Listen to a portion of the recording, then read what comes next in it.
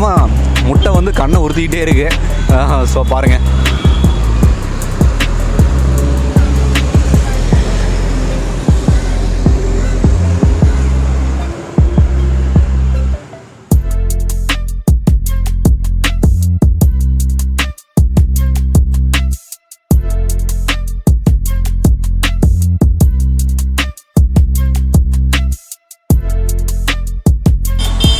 Hi everyone, எல்லாத்துக்கும் வணக்கம். இன்றைக்கி நான் எங்கே இருக்கேன்னு பார்த்தீங்கன்னா தண்ணீர் பந்தல், அதாவது மேட்டுப்பாளையம் இன்ட்டு கோயம்புத்தூர் போகிற ரோட்டில் தண்ணீர் பந்தல் அப்படிங்கிற ஒரு இடம் இருக்குது. அந்த தண்ணீர் பந்தல் அப்படிங்கிற இடத்துல தான் நான் இருக்கேன். இங்கே வந்து கரெக்டான லொக்கேஷன் சொல்லணும்னா இங்கே பாரத் பெட்ரோலியம் பங்க் ஒன்று இருக்குது. அதுக்கு கொஞ்சம் நியர் கோயம்புத்தூர் ரோட்டில் ஒரு 50 மீட்டர் தள்ளி தான் இருக்கேன். இங்கே வந்து என்ன இருக்குதுன்னு பார்த்தீங்கன்னா ராஜா வெரைட்டி ரைஸ் இங்கே இருக்குது. இங்கே வந்துட்டு தக்காளி சாதம், தயிர் சாதம், லெமன் சாதம் எல்லாமே கொடுத்துட்ருக்காங்க. இங்கே என்னென்ன டிஷ் கொடுத்துட்ருக்காங்கன்னு நம்ம பார்ப்போம்.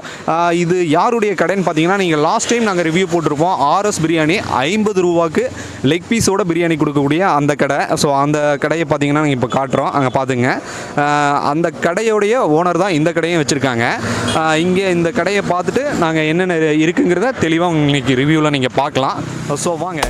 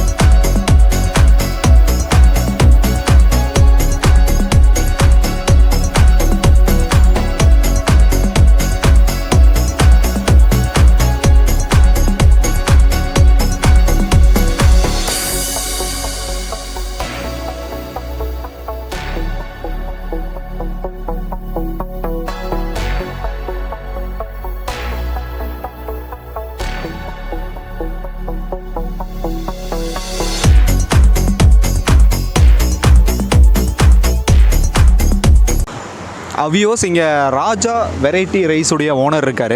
லாஸ்ட் டைம் நீங்கள் ஆர்எஸ் பிரியாணி 50 ரூபாய்க்கு லெக் பீஸோடு கொடுத்தவர் இவர் தான். அவரே தனியாக வெஜிடேரியன்லேயும் பண்ணிகிட்ருக்காரு. அவர்கிட்ட கேட்போம் எந்தெந்த மாதிரி கொடுத்துட்ருக்காரு. சார் வணக்கம். வணக்கம். சார் உங்கள் பேருங்க? என் பேர் ராஜாங்க.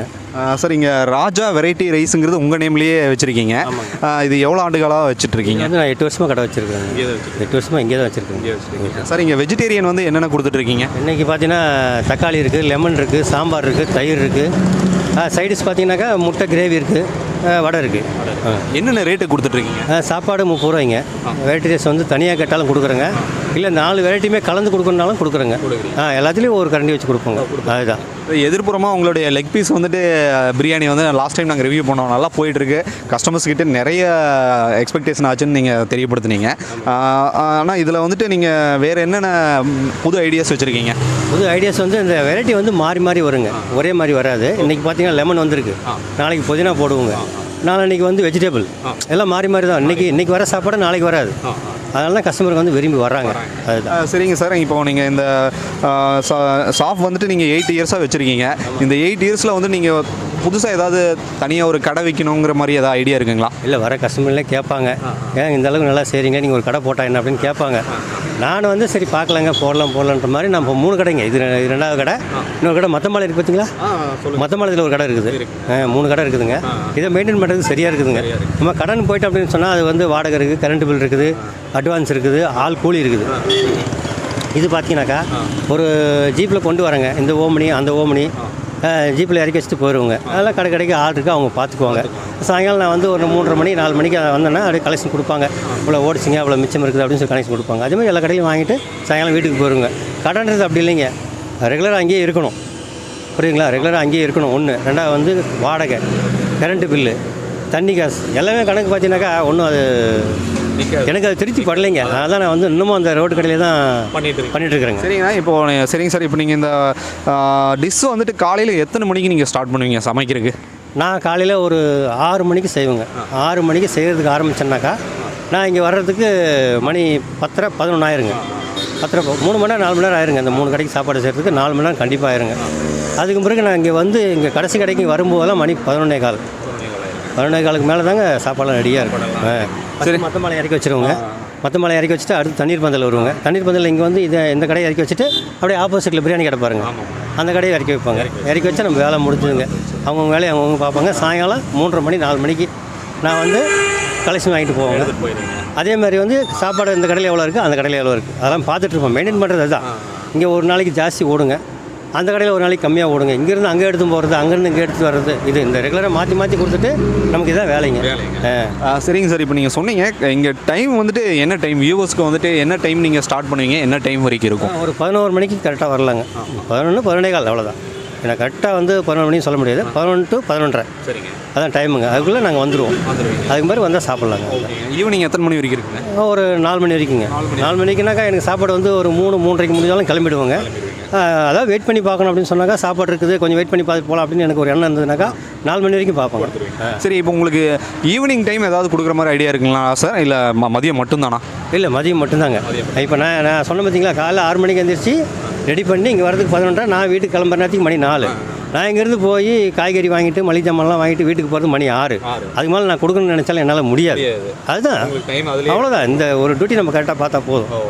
இது ஒன்று கரெக்டாக மெயின்டைன் பண்ணால் போதும்.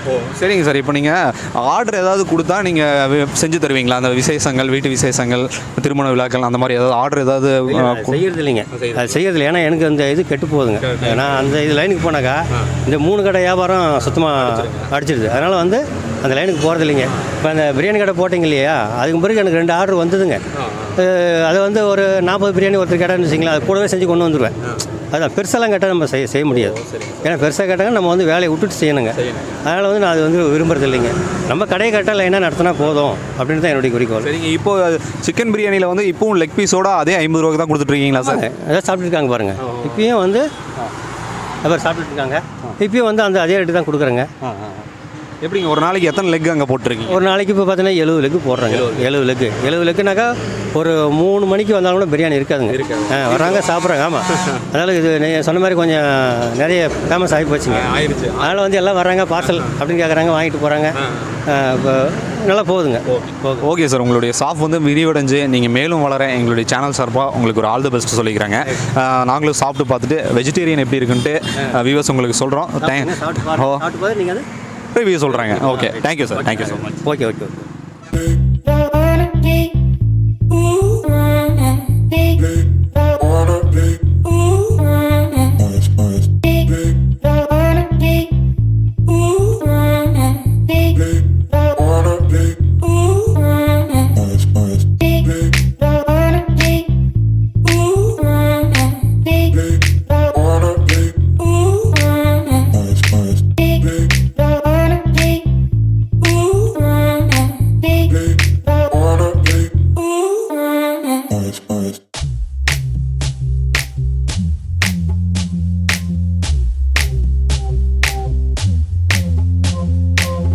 யூஎஸ் ராஜா வெரைட்டி ரைஸ் அந்த ஷாப்பில் பார்த்தீங்கன்னா மிக்சிங் வந்து 30 rupees தான்.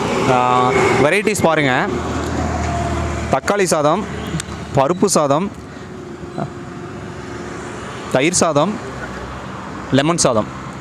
சரிங்களா? இந்த 4 வெரைட்டியும் பார்த்தீங்கன்னா ஜஸ்ட்டு 30 ரூபா கொடுக்குறாரு. சரிங்களா? அதை பார்க்கும்போதே உங்களுக்கு தெரியும். அதோட பார்த்தீங்கன்னா வடை, பருப்பு வடை, அது கூட சைடிஷாக பார்த்தீங்கன்னா எக்கு கொடுத்துருக்காரு. ஸோ வியூஸ் ஜஸ்ட்டு ஒரு 30 ரூபா இருந்துச்சுன்னா நீங்கள் விருந்து சாப்பாடே சாப்பிட்லாம். அவ்வளோ ஒரு பிரமாதமாக கொடுத்துருக்காரு. இவர் வந்துட்டு லாஸ்ட் டைம் வந்து 50 ரூபாக்கு சிக்கன் பிரியாணி லெக் பீஸோடு கொடுத்தாரு. அதே மாதிரி இங்கே வெஜ்லேயும் ஒரு கலக்கியிருக்காரு. ஸோ நம்ம இப்போ சாப்பிட்டு பார்த்துட்டு எப்படி இருக்குன்னு சொல்லுவோம். வியூஸ் எனக்கு கண்ணை உறுத்துறது பார்த்தீங்கன்னா தயிர் சாதம் தான். ஸோ தயிர் சாதத்துலேருந்து ஸ்டார்ட் பண்ணுவோம். வாங்க.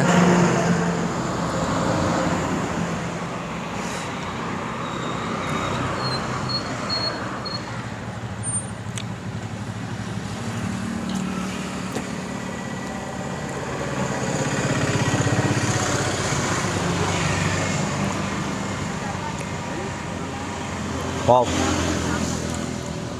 சூப்பராக இருக்குங்க தயிர் சாதம், நல்லாயிருக்கு. அடுத்தபடியாக பார்த்தீங்கன்னா தக்காளி சாதம் போயிடலாம். பாருங்கள், பார்க்கவே நல்லாயிருக்கு.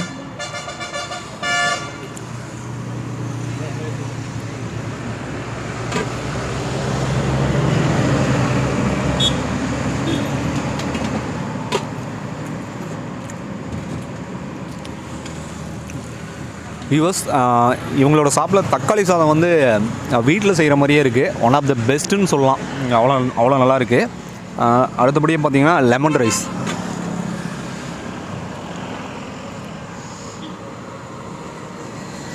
ஸோ லெமன் ரைஸ் சாப்பிட்டு போட்டு எப்படி இருக்குன்னு சொல்ல போகிறேன்.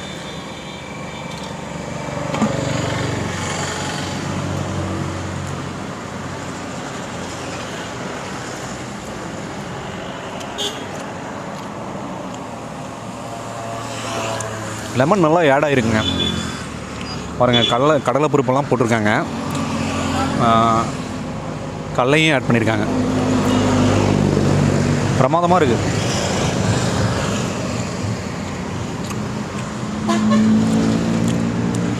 நீங்கள் கோயம்புத்தூர் டு மேட்டுப்பாளையம் இல்லாட்டி மேட்டுப்பாளையம் டு கோயம்புத்தூர் போகிறவங்களா இருந்தீங்கன்னா காரமடைக்கு அடுத்து தண்ணீர் பந்தல் அப்படிங்கிற ஒரு இடம் இருக்குது. இங்கே பாரத் பெட்ரோலியம் பங்க் இருக்குது. அதுக்கு கொஞ்சம் நியர் ஒரு 550 மீட்டர் தள்ளி தான் இந்த ராஜா வெரைட்டி ரைஸ் வந்துட்டு ஷாப் வந்து இருக்குது.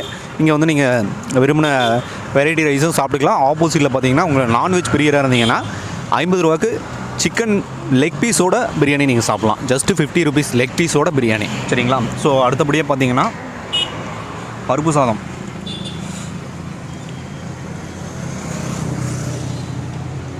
பார்த்தீங்களா,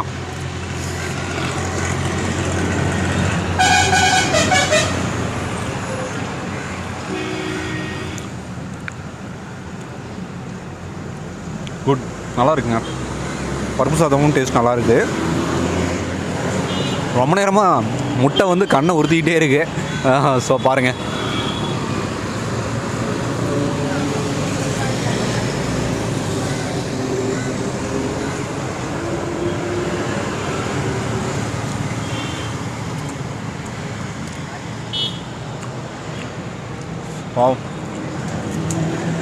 முட்டைக்கு ஒரு கிரேவி மாதிரி பண்ணியிருக்காருங்க.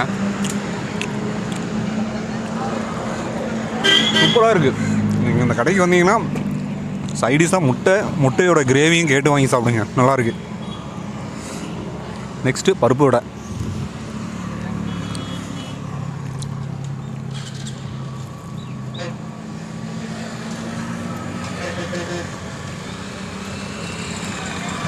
வாவ், நம்ம வீட்டில் வந்து செய்கிற மாதிரியே இருக்குங்க பருப்பு வடை. அம்மா டேஸ்ட்டாக இருக்குது.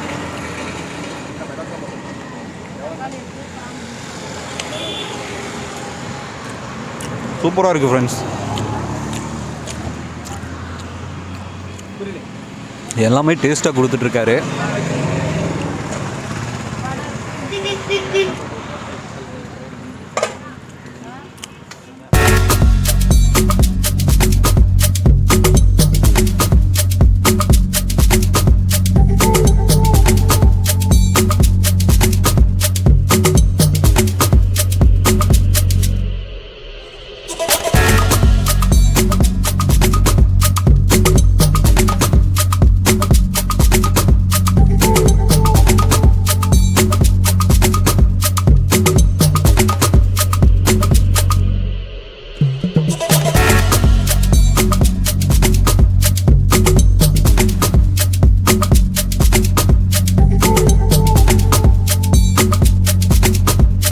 விவோஸ் இங்கே ஒரு சார் சாப்பிட்ருக்காரு, அவர்கிட்ட கேட்போம்.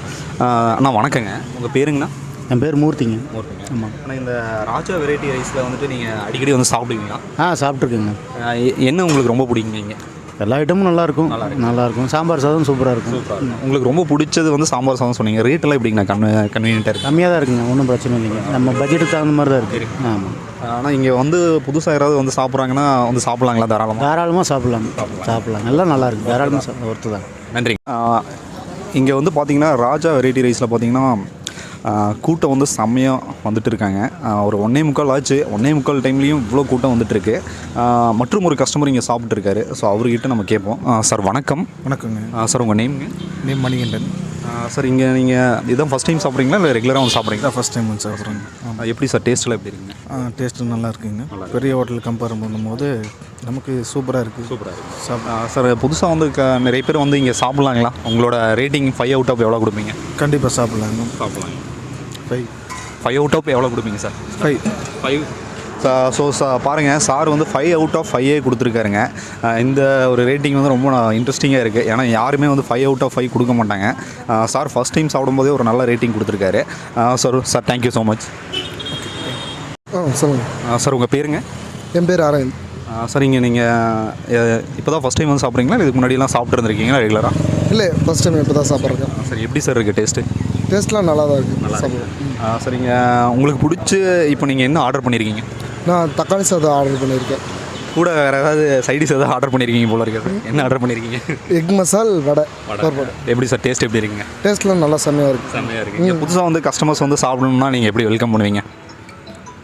நல்லா இருக்குது, வாங்க எல்லோரும் சாப்பிட்லாம். அப்படிதான்.